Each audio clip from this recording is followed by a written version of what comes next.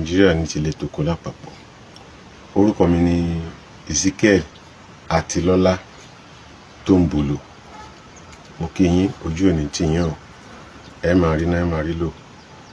Mo dúpẹ́ lọ́wọ́ yín gidi gan fún ìrànlọ́wọ́ tí ẹ ṣe fún mi láìpẹ́ yìí. Mo dúpẹ́ ẹ ṣé o, ojú òní tì yín, máa rí náà o. Mo wá ké sí ẹ̀yin olólùfẹ́ Agbala Gabriel Foundation.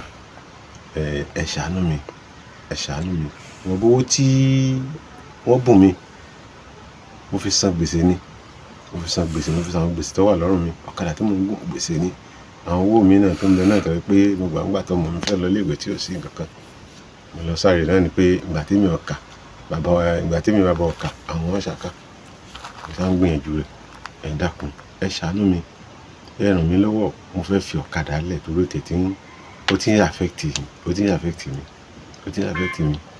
Mo ti ṣe operation bí ọdún kan sẹ́yìn nísìnyí níbi kíní náà ni, níbi ọ̀kadà yìí náà ni. Àdẹ̀ ní nǹkan mi. Wọ́n ní bàbá rẹ̀ ní Bọ́lá, ọ̀la yìí yá. Ẹ ṣàánú mi, ẹ dìde ìrànlọ́wọ́ fún mi torí Ọlọ́run. Ẹ ṣàánú mi. Pàápàá jùlọ nídìí iṣẹ́ tí mò ń ṣe náà. Ijó ń bẹ lẹ́sẹ̀ àárọ̀, ẹsẹ̀ ni ò sí. Èmi náà ní àwọn story tèmi náà lè yà, bí mo lè yà, àmọ́ kò sówó.